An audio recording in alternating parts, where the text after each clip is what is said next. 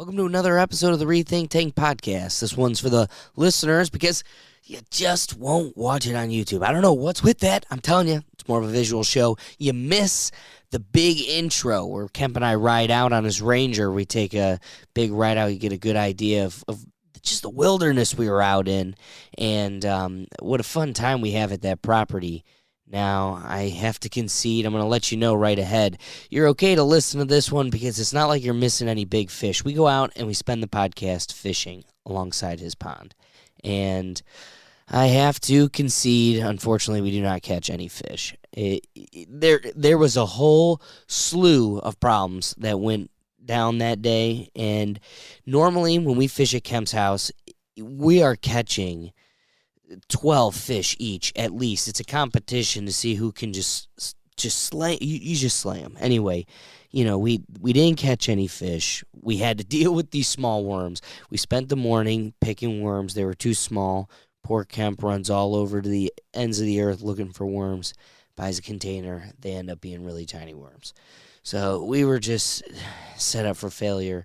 And the reason we were doing worms in a bobber to begin with, I wanted to impress everybody with my fishing knowledge and tell you about the lures I was going to use and just, again, impress you with all the bass we were going to catch because, you know, we use this on this kind of sunny day and well, it didn't work out that way, unfortunately, because there was a lot of seaweed. Now, towards the end of the episode, it started blowing open and we could have probably stayed a little bit longer and given it more of an opportunity.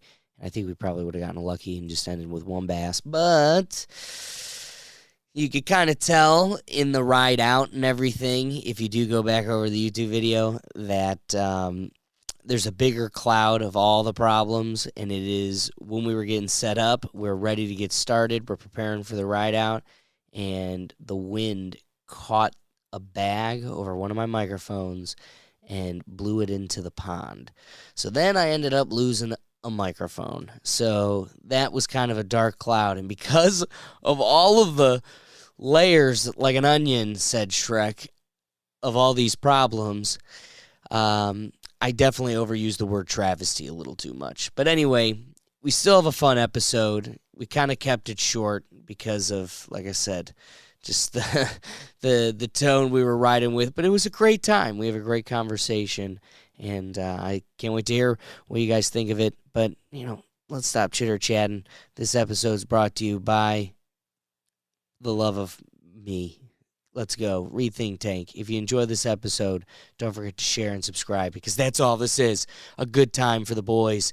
But, yeah, let's fish, enjoy some nature, enjoy some good conversation, and head on over to the Rethink Tank website so you can let me know your thoughts on this episode. Let's get it with Kemp Thornton Parker.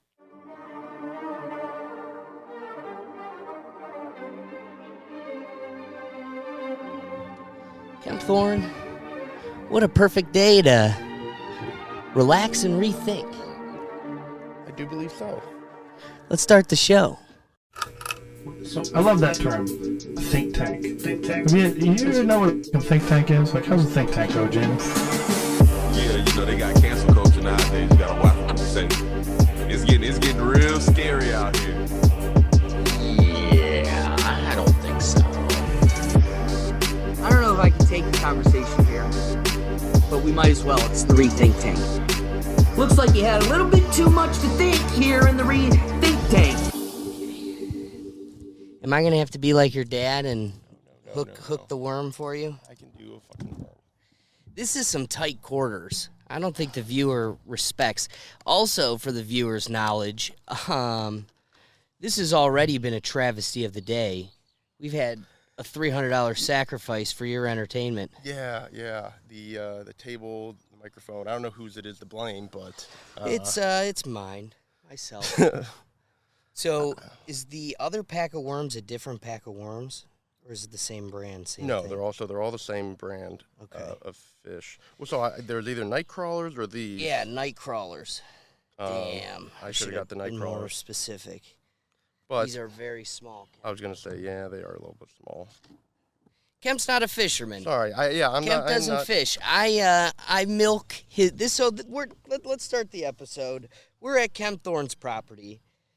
As you can see on the screen here, there's been a few travesties. We'll get to the biggest one in a bit, but this is my favorite place to fish in Ohio. This is a huge pond, untapped. Nobody uses it, not even the Kempthorns. We're at the Kempthorn compound. Kemp has graced me with allowing me to come to his place so we can, think, shoot the shit, but also do my favorite thing, especially while I'm at Kemp's, and that's fish. Fish, yes, which, like I said, I've had bad experiences in past fishing, so that's why I'm not the biggest fisherman, but on a gorgeous day like this, I have to, you cannot enjoy the beautiful sunny weather. Yeah, so this is going to be a trip for multiple reasons. We're going with the worms because we had this planned out. We show up to start. As you can see on the screen, the pond is just dry. Kemp, you're not even going to be able to go out that way. We're going to have to send yours out this way too. That's why we're going worm and bobber, is because this thing is covered in moss. Not my fault. Yeah, it is. All right, not bad. We'll let that one sit for at least a minute while we set Kemp up here. I'm going to have to bring it back here anyway because these worms are so small. I'm going to have to, Yeah, I should have gotten. That's my bad. Triple, quadruple worm it up. I was very excited to start the day off to let you guys know, all right, so this is the rig I'm using. These are the lures. This is what works on this kind of day. I was gonna go full fisherman on you, and then unfortunately, what's it called? I was gonna say it's not an option today. I got it on there. It's not great. What sucks is Kemp's using my rod, and the line is extremely thick because his rod would have been too thin of a line for this bobber. I'm worried we're not going to be able to get yours out there, Kemp. Yeah, you gotta kind of. I know it's not great.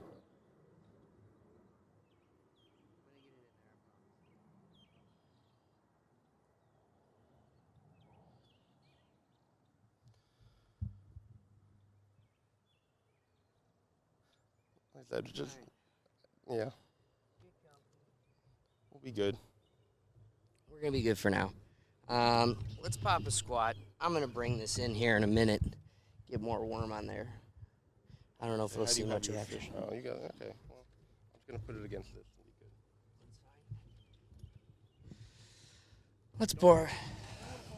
Yeah, and let's be very careful with these microphones. So we had a $300 travesty as well. We had it all set up. Then we go to get prepared for our Ranger ride out. That's that ride on the Ranger at the beginning of the episode. And we came over here to the table, and somehow one of the microphones fell into the pond, as you can see. And it got covered in seaweed, totally drenched. It got trashed. Not the most ideal start to a day.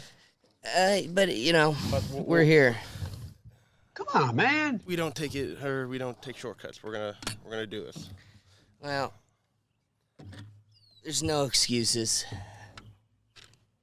No excuses. With my worm hands, I'm grabbing some ice. I don't know if you want to grab yours. Yeah, that's fine. Kill it with the whiskey. All right, so Kempthorne. We're at a pretty amazing property. This is brought to you by the Kempthorne compound. Thank you. This was all built by your grandfather. He was quite an incredible man. Quite accomplished. It is. It's quite impressive. Like I said, I'm very fortunate to have him as grandpa, and I've been blessed to have this. Just a nice amount of land for my family's property. So Kempthorne, that's your first name. You're named after your grandfather, Kempthorne. Yes.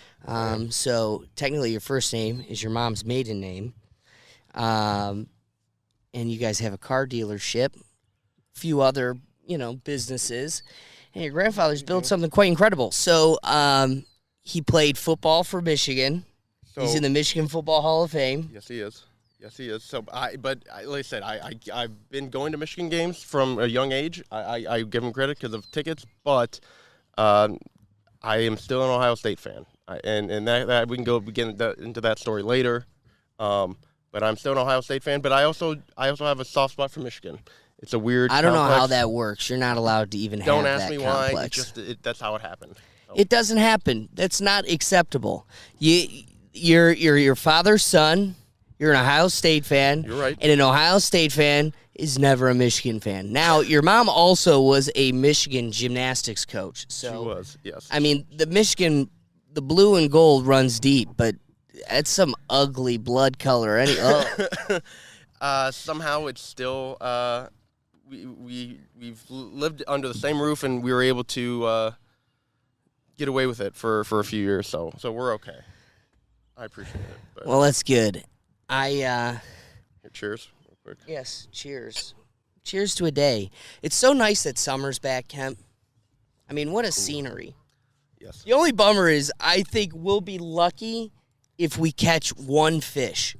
Now, like, what's funny for the viewer, they're not going to, appreciate this, but when we come here, it's literally a competition of who could catch the most bass, because usually it's 12 at least each. Yeah. Bass and bluegill are in here. Bluegill are. There's even carp in here, too. There's carp, yep. Which, I'm going to be honest with you, I was thinking about hooking up some corn, because catching a carp is badass. Those things are huge, but the bummer is they're... But I see. So when we put about 12 or 10 to 12 carp. This is back in, I'll say, early 2000s. To try and clear up the seaweed problem, we had put a bunch of carp in there, and it worked throughout. It doesn't take one summer; it takes a few years. And we saw a drop off in that. But since then, it's been years. A lot of them have died. Once in a while, I'll see one laid up on the shore, and again, just and they're huge. And they're big. And so since then, they've all probably died or whatnot. So, but last summer, we actually did put another set in just to kind of clear up some of the seaweed. So we're trying. So question, did the carp eat this seaweed? They're supposed to slowly but surely eliminate it. Are not fat enough, man. No. Well, I guess they're not like goats in grass. They're like you put a bunch of goats out there and they eat all the grass or they mow it down. But So Kemp, you still got your Disney Plus account? I do still have my Disney Plus account. Yes. Did you see they lost 20-30% of their subscribers? I thought that was Netflix. Netflix lost 200,000 subscribers yes, I did at see one that. time. I Now, did see that. Here's the discrepancy. My parents are like, that's because they're cracking down on passwords and sharing accounts. It's like, no, it's not. That crackdown is in response to losing 200,000 people because they're tired of you pushing your freaking agenda. Yeah. I think it obviously has got a correlation to it, but I don't know if that's the sole reason for it. Okay, this is for the fishermen out there, which probably are few, but somebody has to appreciate that we had too small of worms. I just got to say this, Kev. I love you, man. We had too small of worms. You came back with a tub of tiny-ass worms. I couldn't see the worms. Sorry. That's fair. Touche to you. I could not see the worms. I didn't you go in finally and check. You went to multiple places. And sorry, I again, the night crawlers, I just saw, I didn't know night crawlers were better. Night crawlers are huge. Okay. From here on out. Well, duly noted. Duly noted. That's what matters. Granted, I was saving $1. But hats off to It was $4.50 to $3.50, and I go, they're worms, right? They're damn worms. So I'll take the L on that one. That's fine. No, what's funny is poor Kemp, he went to the end of the earth and back to hunt down worms for me. Because, again, we lost out on the lure situation. Yeah, I went to 3 places. Could not find them. But that wind's going to be – I bet you it was the wind Walmart. that caught that. Yeah. I would say the wind microphone. definitely took it. So I'm wondering how the wind's picking up with these microphones. But, yeah, back to the point. So Kempthorne, Disney, they're finally getting a taste of their own medicine. They keep how you made – look at, Star Wars. I know you're not a Star Wars guy, Kemp, but they had the new Star Wars movies, and they just made hopeless – useless characters for the sole purpose of going here's this hopeless, useless pilot we're going to make her story just a little bit worth something because she's Asian. Yeah. Oh, I'm going to catch a bass right here. You watch, dog. You catch You the see bass. that thing? He's sneaking up on it. Is he? Your boy's going to catch one as we trash Star Wars. I see it out there. Yeah. Oh, come on, big dog. So you got to get it moving a little bit. Oh, yeah. Let's go. Come on. You got it. He's right on it, actually. He's sneaking up on it. Trashing Disney for Asian pilots that mean nothing. Look at Netflix, man. My mom and Star dad. Wars, I can't speak on Star Wars because I never did it. So, or I never got into it. But Oh, missed it. We're going to bring her back. Get it just a little. You know what's good is the wind's coming, and while it's super, super thick by us, Kemp, there's a little pocket. Try your best. What sucks is we might need to add some weight to yours because that line is just a little too thick. Let me cast out. It did not work. And then you could drop yours right here by mine. I feel bad for a listener. If there's a listener out there, on a Spotify, I'm just going to say this is something you should be throwing on the YouTube, but, we're going to try our best to keep it as good for you. But, again, Netflix, they got to taste their own medicine. I don't know if anybody remembers the show. Oh. Throw that bitch right there, dog. We're trying. Watch me catch fish before Alex. Oh, that'd be good because I just want somebody catching something. The odds are stacked against us.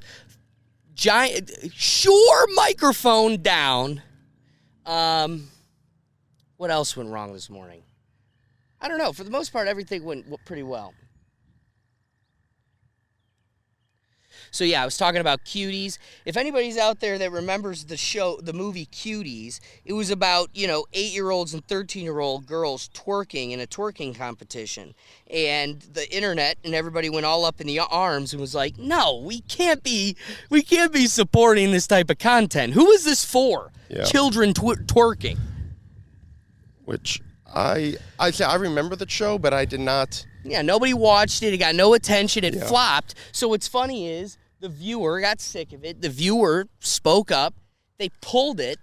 It's gone. Oh. And now, dude, there's not a show on television.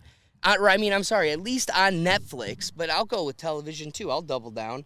That doesn't have this crazy agenda that's trying to push, your kids to be gay or, that your 8-year-old who is from descendants who have never owned slaves need to owe somebody some sort of guilt. It's like none of this is real.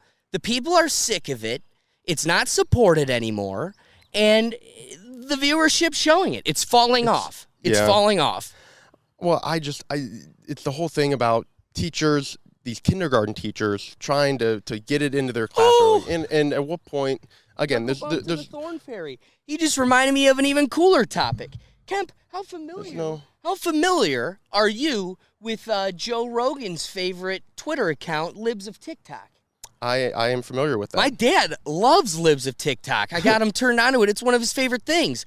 Libs of TikTok has done nothing wrong. Yeah, no. It takes all... If you go to your TikTok and spout your bullshit in blind confidence and you're so proud of yourself, but then the rest of the world begins to ridicule you, what the Twitter account does is go through TikToks and find these teachers that are pushing their gay agenda or whatever it is, and there's no commentary. No. She's literally just taking the video and posting it, and it's a accumulation of all of these TikTok videos. Yeah, it's and the teachers are putting it out on social media. So wait, so did you see what happened to the lady of Libs of TikTok? No.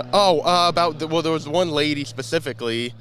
I went on about it. Yeah, I saw something about it, but you might have to go into detail. So Libs of TikTok, this Twitter account, like I said, that's doing nothing but posting your videos, and it's us, the viewer, that's going, oh, these people, while they love what they're saying, are speaking straight ridiculousness. Some liberal, I got her name on on this Taylor Lorenz or something? Yes, that's the name I've heard. I got her name on the screen here just to confirm, and her picture, because gosh darn it, I don't want her to escape this. Accountability. Be proud of your career, baby cakes. Your moves, not mine.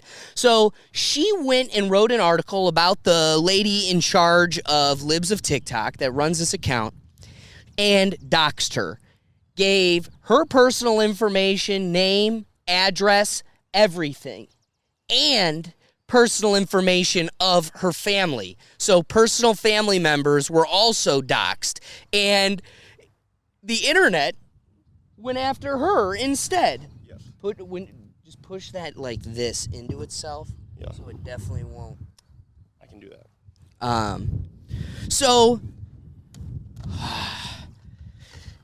I think I'm getting something, maybe. No.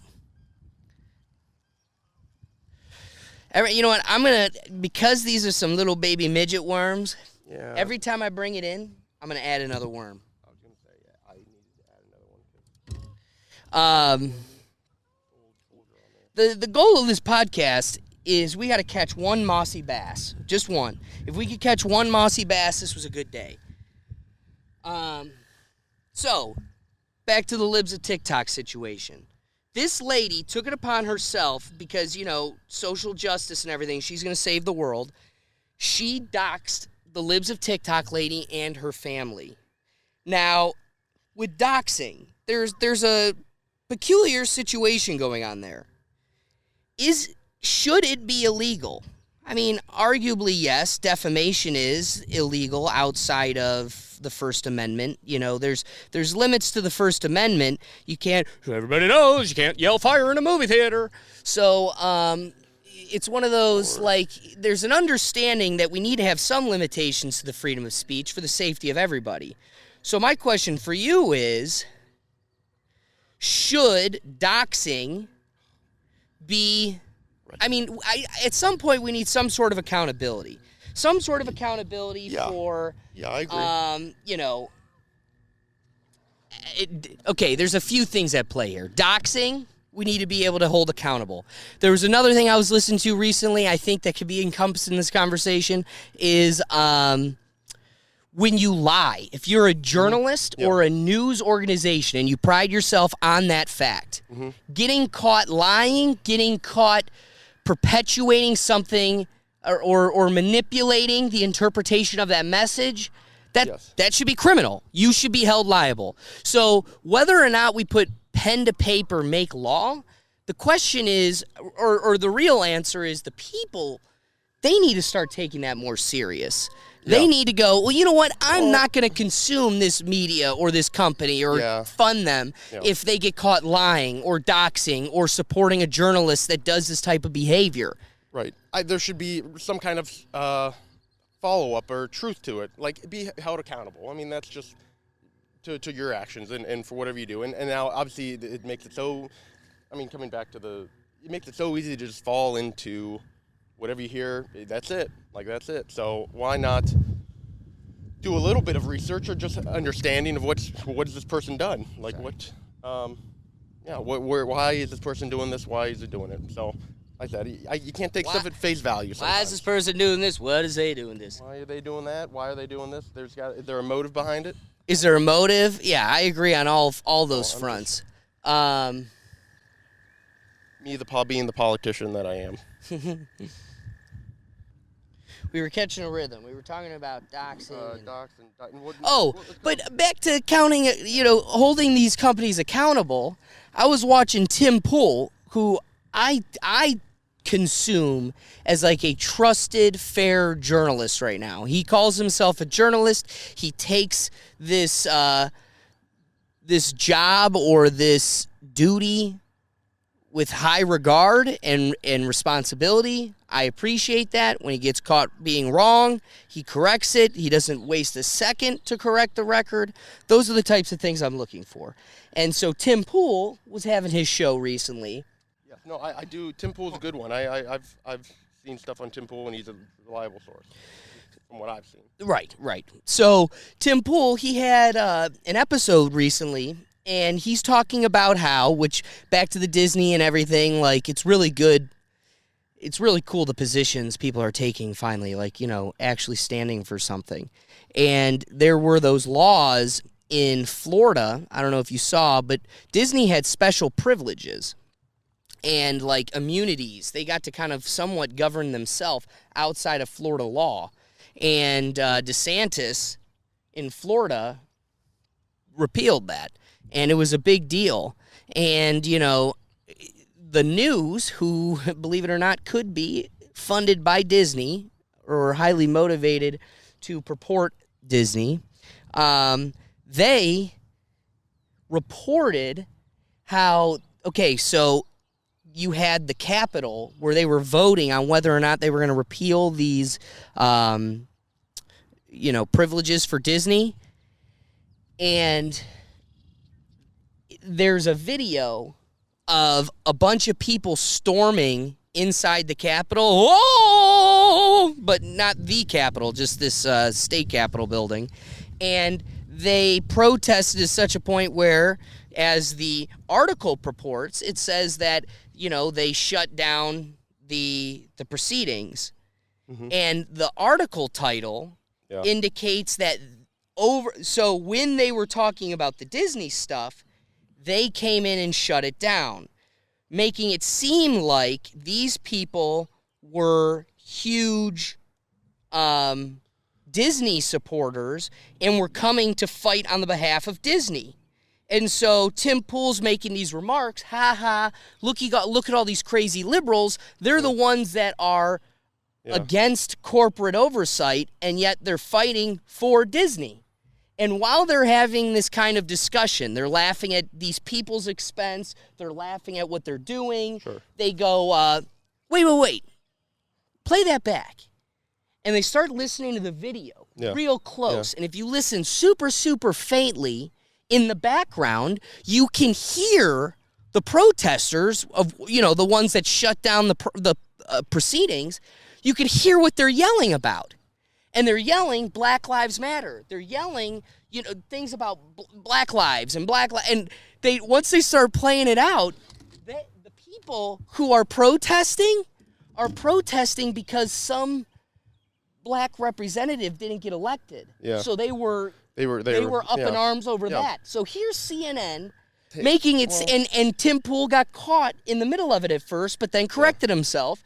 But here's CNN making it seem like they were protesting over the Disney stuff, and that there's this huge wave of people coming to the fight of the defense of Disney. Right. But the reality is they're fighting for racial injustices. It has nothing to do with that. Yeah. And so see how they manipulate the narrative, and they're twisting the article or the videos to make it fit what they want. Right. And this comes down to being, sadly, for audio and stuff, there's no timestamp to go. This is what they're doing. There's no accountability to what these journalists and news reports and what they're doing. So, and like I said, I obviously CNN is one that does a lot.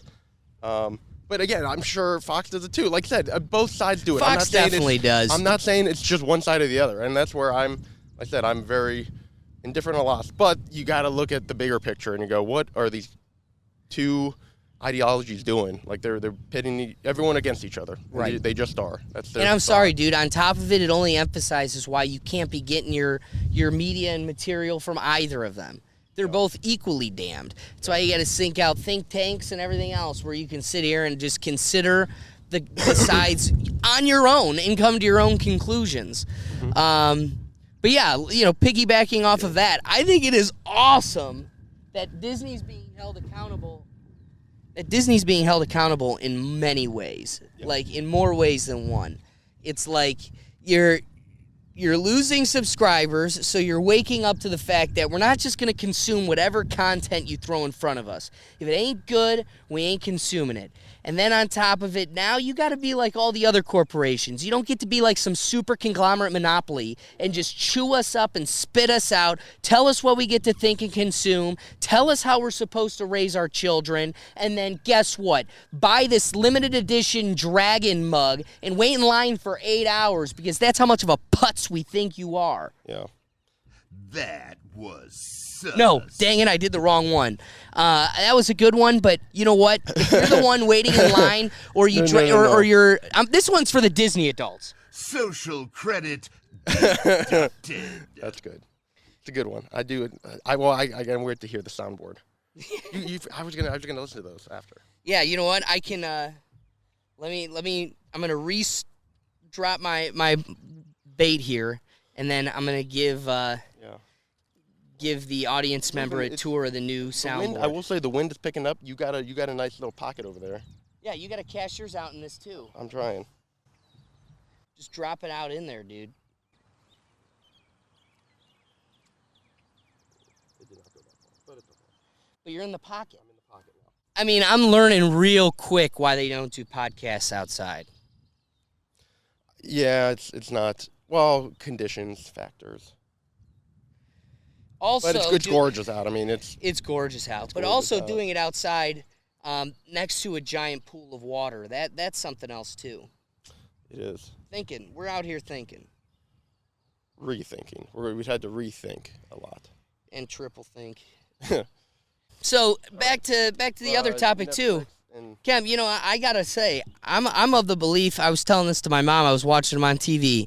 I definitely believe DeSantis is going to be president.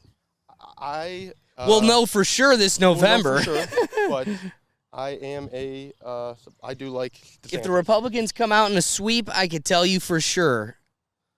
Yeah, I sometimes you just gotta say it like it is. Here's a question.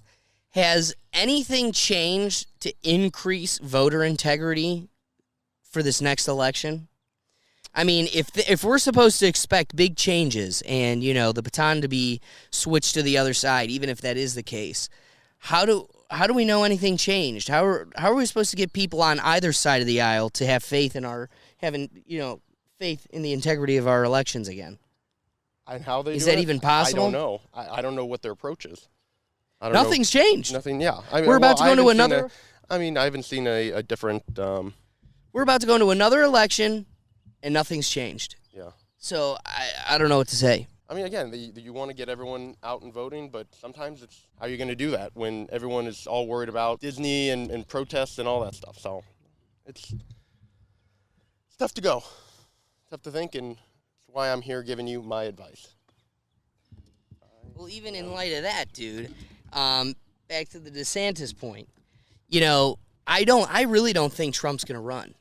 I heard a really interesting take that, like, really changed my perspective on the whole situation. Yeah. Trump, what's more important to Trump than winning is his brand and his ego. Well, yeah. And so here's the thing. There's a chance, especially if the Republicans don't back him and he's got to run outside of that, then the Republicans are going to have their own candidate. It's going to split the vote. He's likely not going to win.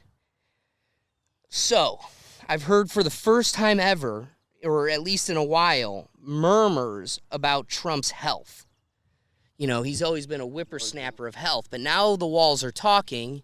There's been murmurs about the possibility of, like, the status of his health. What has it been? What exactly has it been? Did it say anything? You know, he's getting old and Okay. he's out of shape, those types of things. So,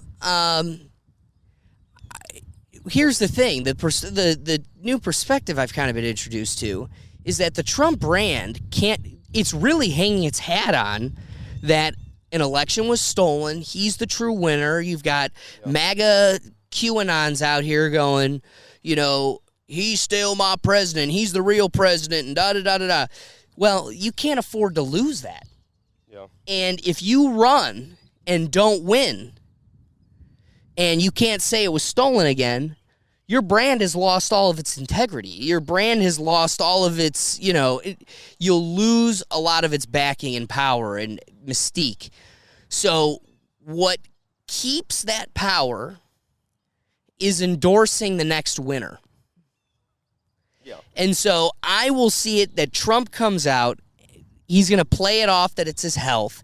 He's going to go, I'm getting old, and I can't do it again for another 4 years. So he's going to chalk it up to health, endorse DeSantis, and the wave of red is going to carry him to the White House. Which I'm still voting for Tulsi Gabbard. I just had this whole, thing here, and my top vote is still Tulsi. Still running? Is she always will. Okay. The main thing is we got to wake up, people, and vote outside of the primaries. The primaries don't mean shit. It's just the primary decides who gets the most focus. You just got to be willing to vote for somebody who doesn't get the most focus. Yeah. Because they're only going to give you 2 people to focus, because that's how they suffocate control. That's how they get to keep kind of how this thing, Right. Man, this wind. The wind is- I'm so worried. I'm going to get back to my house and edit this thing, and it's going to be like... The audio's going to be rough. It might. It's going to, for sure. Okay. I'm just amazed. There are no bites on such a gorgeous day like this. Well, but I'm shocked we haven't seen more. There's been like that one fish in way out there. Other than that, I've not seen anything. Other than that, I mean, I saw a little bite here. Again, I don't think they're over here. Sadly, They can't be. Can't be. It's too thick. Do you know how hot it's got to be in that? Oh, it is. All right, so let's get to another Hot. topic, Kemp. Baker is a crybaby bitch, dude. I'm so sick of him, and like his personality, dude, is shining so bright. Like everything everybody had to say about him has come to light in this last few periods of his career on the Browns. Well, it sadly is showing where, and I'm not saying it's all maybe because of money-wise or whatnot, but where are the teams coming to find him? They're not. They're like, teams aren't going out looking for him. And it came where the Browns, it was my dad that said it. He goes, at first I didn't understand when the Browns go, we need an adult at quarterback. And after seeing him on the podcast, he had a little bit of a... said that? Yeah. I didn't read that. You didn't know that? When they say that? I'll bring it up. They said it a few weeks ago. They just said they were looking for more of an adult at quarterback. It's an article. Check it out.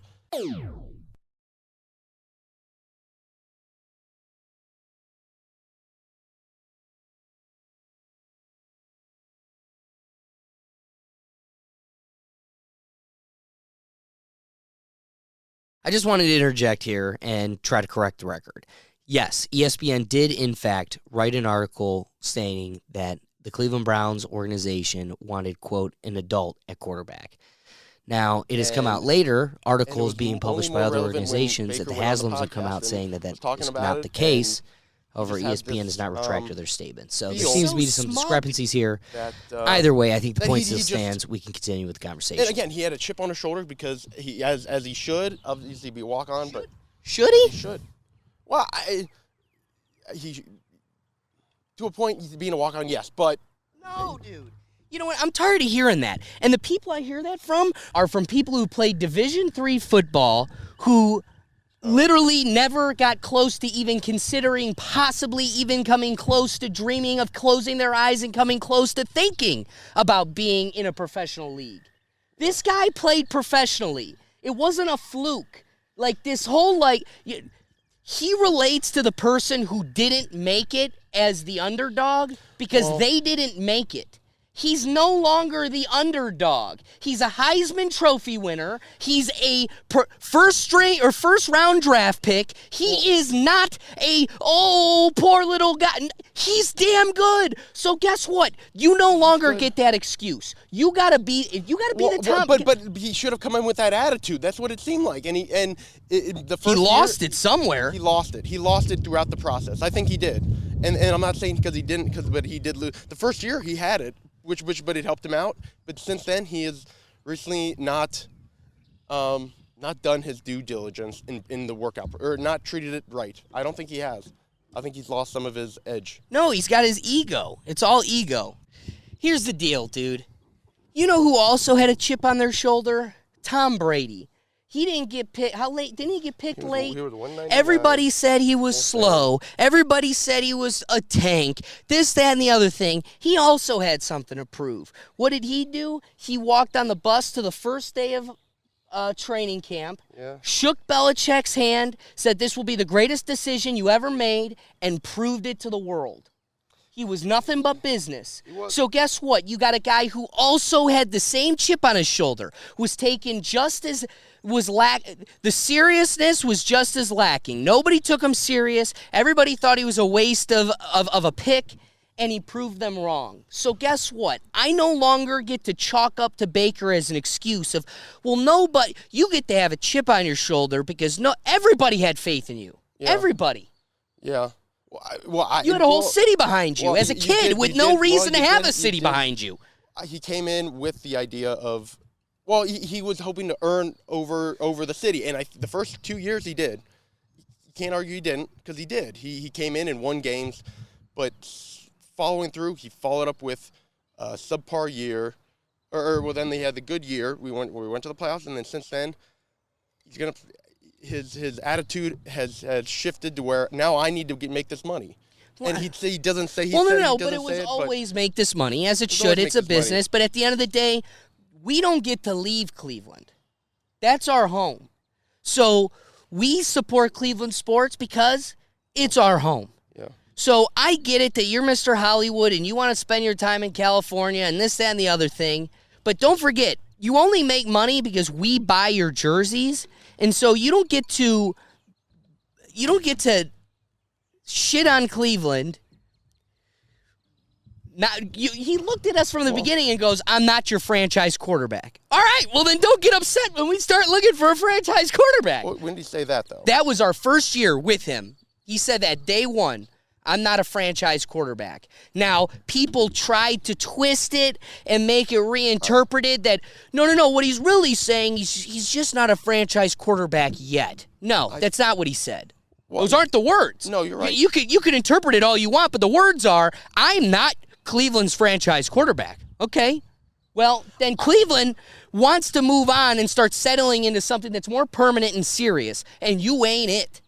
But I was going to say, I just don't. I thought he came in promising the city. They asked him. He goes, if anyone's going to turn this franchise over, it's me. It's going to be me. But he didn't. Instead, he tore it apart. Instead, he went nuclear and was a cancer amongst the locker room. I think he did. No, he definitely did. He Notice did. nobody's so coming to that's his where defense. I'm not trying to. All I'm saying is, I think he got to give him some credit to where it is. And I know you're not. No. But Also, that another thing why I'm tired not? of hearing. I'm tired of hearing people going, "Well, we owe him. We owe him because he took us to a playoff." No, I'm not saying we owe him. I owe him. He owes us nothing, and I owe him nothing. Because I'm sorry, what got us to the playoffs? What he was sufficient. He was sufficient enough to get us there. He was a placeholder. But I am of the camp that it was the Myles Garretts and Nick Chubbs and Kareem Huntses that actually delivered and got us there. The playmakers are who got us there. He was sufficient enough to not hold us back and be a player in that got us, like he was there. He wasn't a deficit, he got us but through he it. isn't You're the right. reason we got there. No, I will agree with you there. He was not the sole reason, and I'm not saying he is, but he did enough to. He did enough to get us to that point. He made the right checkdowns and the right points and stuff like that. So, but you're right. It's where we have given him 4 opportunities, 4 years to show it, to show what he's got, and now coming in this year. 2022, I was okay with the fact that I was planning on being our quarterback, and 100%. I was. And the only reason I just don't like how the Browns apparently went about it and telling him, I heard a few things where, you're going to be our franchise quarterback. We're going to ride with you this year, and then they go out and find Deshaun, and which is fine, but they should not have handled. They should have went to him and gone, hey, we are looking at different options. Wait, but didn't you see the most recent release by Cleveland? The Cleveland Browns organization just released like 2-3 days ago, now to the viewer a week ago, saying that, saying that we reached out to Baker's management telling them that we're about to interview Deshaun, just giving them a heads up. Yeah. So his management knew well ahead of the fact. Whether they pass on to Baker is a whole nother thing. Gotcha. But, dude, I'm sorry. An organization, if Baker gets to play the game of concerning about money, again, like I said, I'm not holding against him. He should prioritize money. But if your prioritization is getting to be money, then the organization that's paying that money gets to prioritize their business. Yeah. And so while you're right. first choice and you're our number one right now, we have a right to explore our options. You're right. And, And hold out your feelings. Fuck your feelings. And I'm not going against that in any way. It's Right. a business, right? And you got to make decisions. But to go around and totally just do something you're totally not going to say you don't, and that's where I have an issue with. Like, team should have been open. But granted, I am not there. I'm not at the team meetings. I don't know what was said, and I can't say it. But from what I was told, it sounds like the Browns went all right. But had I known that they went to him and go, you got to understand where we're at, and we need to make decisions because our timeline on Chubb and Garrett and Hunt, they're young. But we got a window we gotta win. with that position. We got to win. We got a window. So if we don't take advantage of that fully, then we are doing And ourselves I'm an sorry, injustice. Kemp. Can we agree or not agree? You tell me. I got to believe Chubb, Kareem Hunt, and now Dearness Johnson were taking a little bit more of a beating, kind of like a Peyton Hillis-esque beating, because we were a little bit more limited with our quarterback than we should have been. Because he likes to roll around. He's a rollout quarterback. He likes to run. He's so bad at rolling out, it's laughable. It is laughable. I thought he was going to be a better running quarterback, and he was not. Yeah, he thought he was a better running quarterback. At He times, still yeah. thinks he's a better running quarterback. Yeah. It's like, dude, you're not that type of player. All right, well, then it leads into the next thing. What are we going to do with him? What are we doing with him? He's still on the Dude, roster. I don't. You just wanna release him? Here. Let's look at something that's really cool about what's going on with the Browns right now. The Browns just spent the most ever in the league You're right. on a defensive back. Yep. It isn't just Myles gave Garrett one of the Deshaun- highest paid we for just- his position? Just guaranteed, $100 million or over that for Deshaun. We Right. Guaranteed his money. So isn't Myles Garrett one of the highest paid? Yeah, I think he is. So you've got a defensive. You've got two defensive players who are one of the highest at their position. A quarterback who's the highest paid quarterback in the league right now. Where'd all this money come from? You want to know where it came from, folks? It came from even when we were going completely defeated, not winning a single game in a 1-15 season. We all were there. There's no fandom bigger, more ride or die than the Cleveland Browns. And so you've got an organization that's been sitting on a pile of money like Scrooge McDuck with an 0-16 team where the fans are the most popping. They're the most spending. And it reflects because we are just shelling out cash. So now I want to answer Kemp's question, which is, well, what do we do now with Baker in this whole situation? Well, clearly we've got money falling out of every orifice. I don't know where we got this rich, but we got rich. And well-deservingly because we're the Browns. And it's because all of you out there are buying their jerseys and shirts and going to the games even when we're not winning a single game. So you want to know my answer, Kemp? I'm so petty, and I'm so sick of that hubris-fueled clown that personally, I would love you let his clown ass go as we did to go find another team. Not a single team's interested. No. So you know what I want? I want you to sit there with your head in your hands, just pouting on the sidelines, watching us win. You're not even going to be allowed in the locker room. You'll collect a paycheck and you'll watch us win with your team because you were so petty that you might get stuck being a second string for the Steelers or the Panthers or someone else, but you were too good to be a second string for the Browns. You're a loser. I'm that petty, dude. Well, I saw that coming. Just another mini travesty here at the Ken Thorne property as now the camera goes tumbling.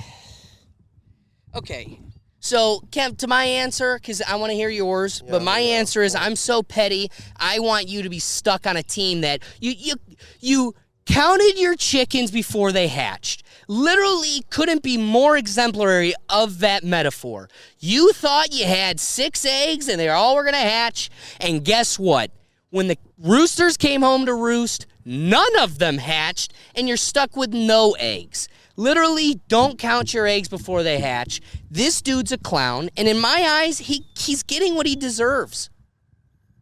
It's a life lesson. Everybody gets him. God's got him for everybody, no matter how good or great you are. You're right. He's got a lesson for him, I understand. And so, what's your answer? I am just not that petty. I guess. I guess I'm just not that petty. Where I don't listen. I hope he does somewhere else. I just don't care what he goes. You just don't want him. I just don't want him here. Yeah, right. If he doesn't want to be here, then that's fine. Ride or die, and that's what it comes down to. But you're right. He did put thinking that he was. What was his cocky comment that he had for Hugh Jackson when he was talking about, like, this is our team. If you're not on the team, get out of here. Like, if you're not for the team, what did he say? It was right at that, like, Hugh Jackson moment where, like, we moved from Hugh to Mike. Oh, you mean you get off the train? He said he said Something you're either like, on this train or you're off to Duke Johnson. Yeah, that was and it then to Duke. Duke Johnson came back and had him a nice little meme for him. So and we don't even remember him. How's his career doing? Subpar. So it's everyone's got their own downfalls, and I think.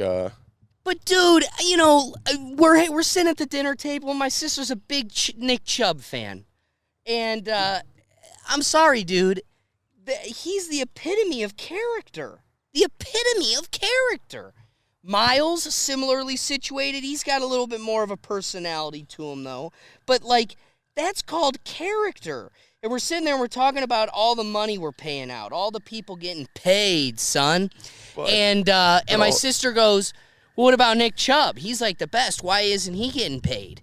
And the reality is he's getting paid, but not as much as he could. No. And it's because he is kind of a victim to his sweetness. He probably could be getting more, but he doesn't have enough of an ego to control it. Well, I think this place and time situation, I think he realizes Cleveland's a good spot for me because he comes to play football. And he enjoys it, but he doesn't need all of that distraction, and he doesn't need a big city. So I think he likes it being in Cleveland. Yeah. Same with Miles. But again, those two are Pro Bowlers, and Denzel Ward and Baker has not been to a Pro Bowl. So. But see, again, is it because he didn't want to go? Because that's the other thing about Pro Bowls. It's like sometimes he didn't get picked. And you know who did? Did Lamar Jackson? What, Lamar Jackson did? Yeah. Pretty sure he did. Lamar did make it to a Pro Bowl. Well, it turns out, out of that quarterback class, Josh Allen was the best damn quarterback out of that class and could have had him, which I was a fan of. I'm not trying to, but when the Browns, the 17-18 draft was out, I was a Josh Allen fan. I wanted him, and we went with Baker. And I'm sorry, dude. Josh Allen's the better quarterback. I don't care what you say. We got to blame Dorsey. I don't have much blame for a Dorsey because if Baker's your hiccup, I'm okay with that hiccup because everything else he did was franchise changing and brought us to a whole new chapter that I don't think any of us saw coming for even quite a long time, even still.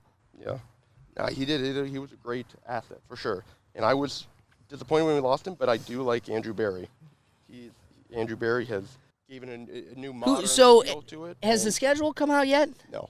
I think, I thought I just read it's coming out here soon. May, yeah. Last time I checked. But where's Aaron Rodgers going? He went back to Green Bay. That's right. Green Bay, but this has been a crazy NFL offseason. People going left and right. And so it's going to be weird to see all these guys on new teams, but the power shift has changed, and people need to, and that's the Browns have done that. Browns have done a shift. They go, we are serious, we are real contenders, and because we have to.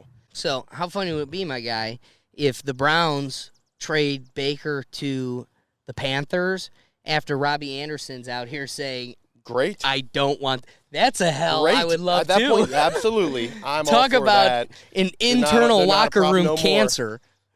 So I work in the car business, and in this case, there's cars that you come in and bring in, and you got to make a decision on. You want to keep it or you want to not, because like like I said, you got to do a safety inspection on it. Well, there's cars where you feel like you're gonna do well on it. You're like, I'm gonna do it, but in the end, it will come back and haunt you in the end. So sometimes you got to boot them, and when they're not ready, you gotta get ready to cut the cord on some cars that you don't want. And Baker's one, you got to cut the cord on him. I love that analogy. You got to boot him. Here's the thing, dude. You and I were ready to cut the cord. Not wrong. Like I said, don't just cut it and lose a bunch of dollars. Let's see what we got. My other thing is, though, we don't really know what happened behind the scenes. So, in a world where the Browns reached out to Baker's management, Sure. which is all I can really ask of them, I think it would have been okay. I think what you need in football, because football's such a team, familial sport, I do think, Stefanski probably should have called Baker. I think he probably owed him that. A good coach, a good father figure of the team. Nah, we don't know. That's the thing, we don't. But I could definitely say, based on the communications that are public, definitely doesn't seem like Stefanski did that. That's a big coaching flub. The other side to it, though, is that a lot of their problems were clearly because Stefanski and Baker weren't getting along. They were not on the same page. And I want to double back to an even bigger point. Go ahead. Sure. Go. Well, I just want to say, the play calling was great. Was it 2 years when we did well? And it seemed like we did. It acted like we did the same plays. We did a little bunch of rollouts and a bunch of stuff, but it was just not enough runs. And that's why Baker was getting hit more than he probably thought he should have. And so you got to blame a little bit of play calling. We needed to run more. I still think it's an absolute travesty that we haven't seen Chubb and Hunt in tandem in the backfield at the same time. Mm-hmm. That's a real problem. Yeah. But I could see Baker saying we needed to run up the gut more. I could see that because that was a complaint of many of the fans. Yeah. But also, Baker, we were running more than we really should have simply because we couldn't trust your runs. Yeah. What's funny is if you're hearing that plane in the background, the Akron Canton Airport is literally across the street right there. It is right across the street. And we have planes coming over the Kempthorne property literally If we're so lucky low. enough, we'll get one that'll come over top right here, but maybe not. Maybe. We'll see. So yeah, to the plane. But, I agree with Baker. We probably could have gone up the center more, but also we were running more than I think we should have anyway, simply because we were compensating for a long pass game that we were missing. Sure. But a bigger point I want to make, Kemp, is what was a 20-year struggle for the Browns. You're going to say we needed a quarterback, and that was it. That was it. But just as much as we changed quarterbacks, we changed coaches. We did. And it was consistency. We didn't have any consistency because we just didn't work, switch it out. Didn't work, just switch it out. Exactly. And so if I am management and there is a riff, an irreparable riff between the coach and the quarterback. Sure. And I already think the quarterback's got some freaking problems. Okay. It's an ego, it's a personality, it's a character that's already problematic. If these two parties come to me and they have an irreparable problem, they just don't work together, they don't see eye to eye, they have two different approaches, and they won't be able to meet in the middle somewhere. If I'm management and I got to pick one, as somebody that's gone through so many if I got to find consistency in something, it's got to be coaching over the quarterback. And if they're both sufficient, I don't even think Stefanski is a Belichick. I don't think he's going to be a Hall of Fame, incredible coach. He's not, no. But he's sufficient. And so if you've got a sufficient quarterback and a sufficient coach, and you got to stick with only one, I'm picking the coach over the quarterback. 100%.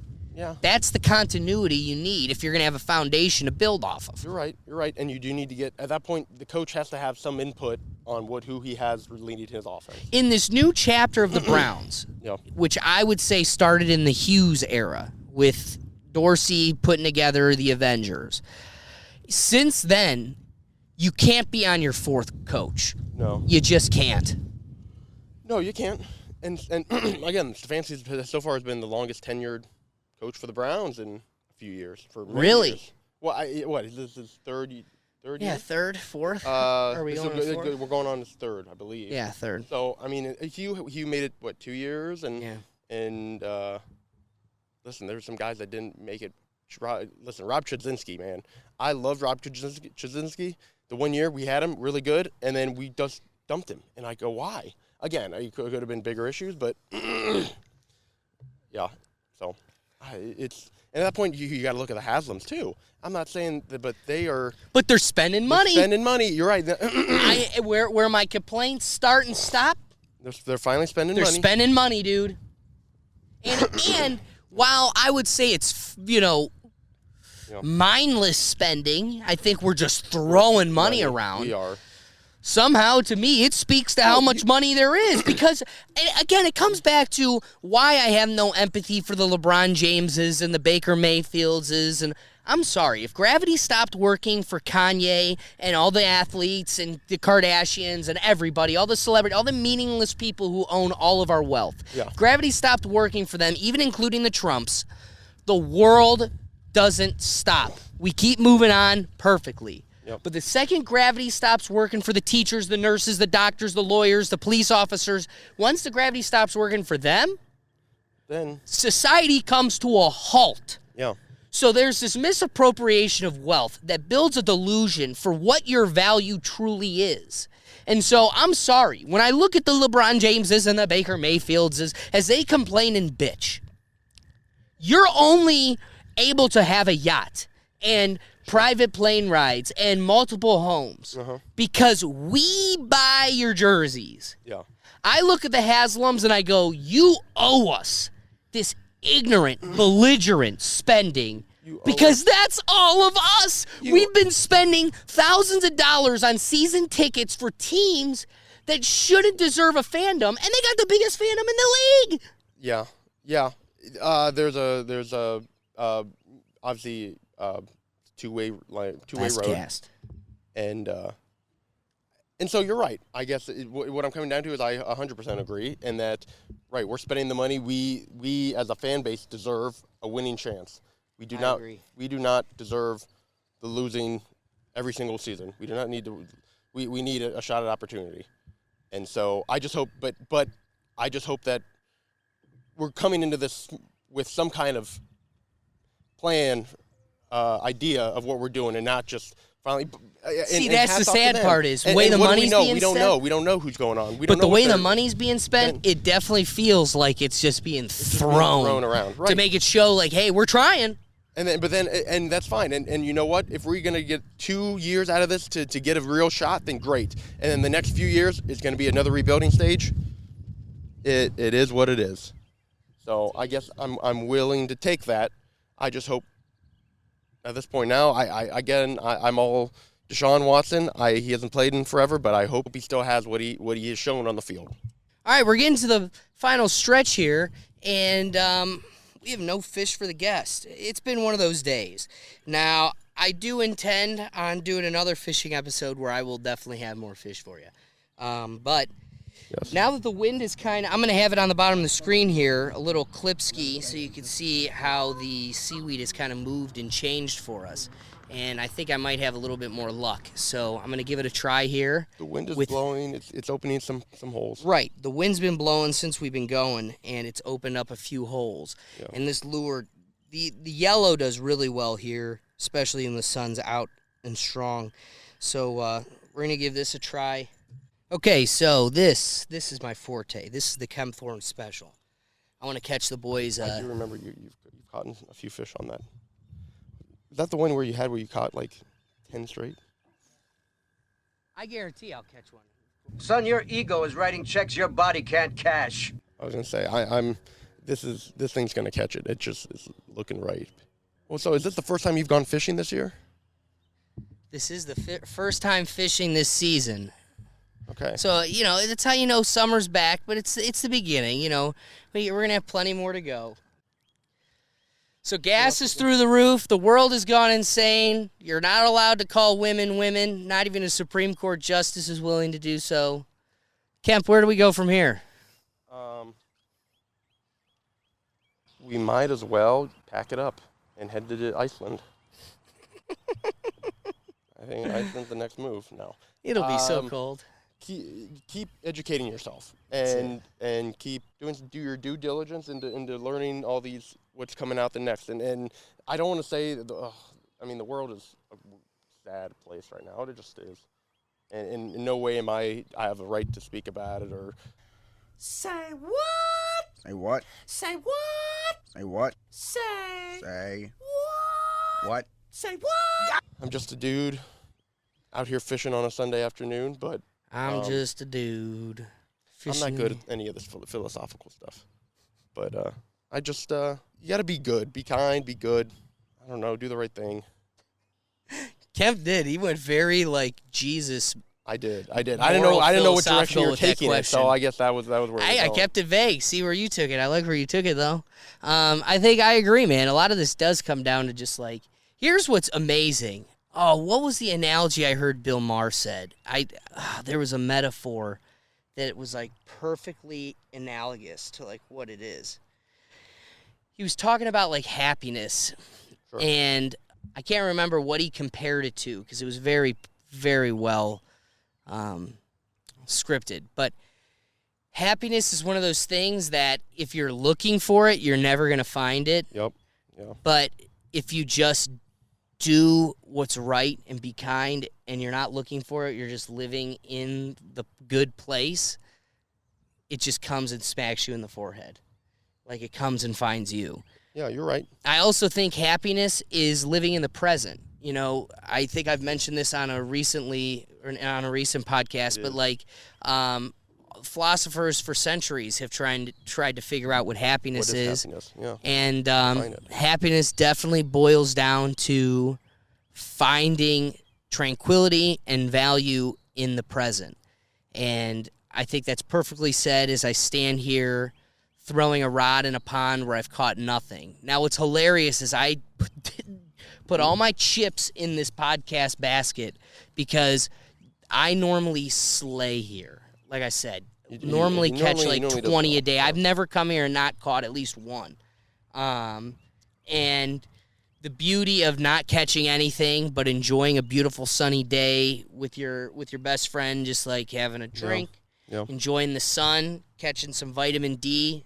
You know, tell Dr. Fauci a vitamin D a day keeps the Fauci away. I hear Corona does not like the sun either. I don't know. It doesn't. That's why you got to stay inside. So to me, like, you know, this is happiness. This is it. You know, and if I could say every day I do my best to be kind to others, I let them. You know, to me, I'm going to approach every person the same way, and you're the one that's going to disrupt this relationship. You know, if we're at a store or, you know, you're at a friend's house or something, it's like you're going to be the reason we don't get along, not me. And that's going to be it for everybody. And if that's the approach you take for everything, you know, you're going to find no qualms. You're going to find no enemies. You're going to and it's tough to do in every situation, so you just got to try to do it as much as you can. Yeah. Baker, you taking note? You're right. It is. Sometimes it's hard to find the bright spot in adversity, and for me, it was like that. It's getting it to do in work because there's times where I'm just being brought bad news all the time, whether cars and stuff like that, and you can't let that hold on to you. You got to let it go. You got to let it go, and you can't put that onto someone else. Except these fish. These fish need. These fish are killing me, dog. They are not. I'm not even fighting. seeing them. Well, Kemp, today was a day of just bad luck. You know, like it was just a great day, a great freaking day. A way to start it, but to have no fish, to lose a microphone, and I mean, I'm a fisherman at heart. I'm an Ohio boy, so like a day where I catch nothing, or I mean, a day where I destroy all the most important equipment to my soul, the things that matter to me the most, but I catch catch one fish. Yeah, it's worth it. Yeah, but the days that doesn't even happen, it's kind of a travesty. It's a little sad. We got to finish these. Yeah, we do. Kemp, I appreciate you letting me stay at your place and, you know, enjoy a good time. Hey, thank you. I appreciate you letting us rethink here. This was a good time. We didn't get as deep into conversations as I would have thought because we were so distracted by a pond that gave us nothing. Fish. The fish didn't want us to get deeper. They didn't. So, guys, I appreciate your time. I appreciate you listening. If you want to check out more Rethink Tank content, because like I said, today we had to take it easy and relaxing because it's our first day of summer, and I was so exhausted from rocking out as hard as I did on the last episode. So if you didn't check out that great rock out with Quick Mystery, go check out the last episode. Yes. Otherwise, let's see where we're going to be in the next episode. We're going to be somewhere new every week, taking the podcast on the road. And this is going to be a fun series for everybody. So, like I said, you can catch all of our Rethink Tank content at our website at www.rethinktankpodcast.com. If we made you laugh, if we made you think, or if you just enjoyed some good old-fashioned Browns talk, the best thing you can do to support this podcast is share the episode. Send it to your friends. Take that link, spread it out across your Facebooks or whatever.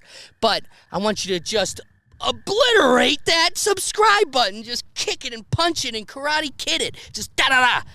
And then don't forget to, like a clitoris, just flutter that that notification bell, just a very little bit. Just nice and light.